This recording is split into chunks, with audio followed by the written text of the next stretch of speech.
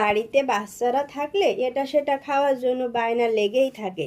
তাই আজ বাড়িতে বাচ্চাদের জন্য পুডিং তৈরি করব।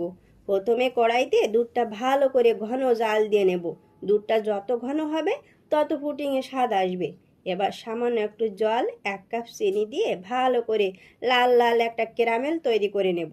একটা বাটিতে ঢেলে দেব, এটা খুব তাড়াতাড়ি জমে যায়। এবার একটা প্লেটে 2টা ডিম, 1 চামচ ভ্যানিলা, 3 চামচ চিনি দিয়ে ভালো করে ফেটিয়ে নিতে হবে।